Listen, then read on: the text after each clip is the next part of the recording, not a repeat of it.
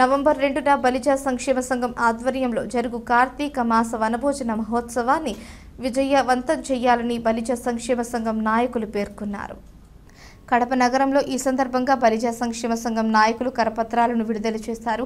ఈ సందర్భంగా వారు మాట్లాడుతూ శ్రీకృష్ణదేవరాయల వంశస్థులైన ముగ్గురాళ్ల అమరప్ప గారి ఆధ్వర్యంలో ఈ కార్యక్రమం నిర్వహిస్తున్నట్లు నవంబర్ 2వ తేదీన కార్తీక మాసం 2వ ఆదివారం నాడు ఉదయం 10 గంటలకు కడపలో కార్తీక వనభోజన కార్యక్రమం పెద్ద ఎత్తున నిర్వహిస్తున్నట్లు, ఈ కార్యక్రమానికి కడప జిల్లాలోని బలిజ సంఘీయులు కుటుంబ సమేతంగా హాజరై విజయవంతం చేయాలని పిలుపునిచ్చారు.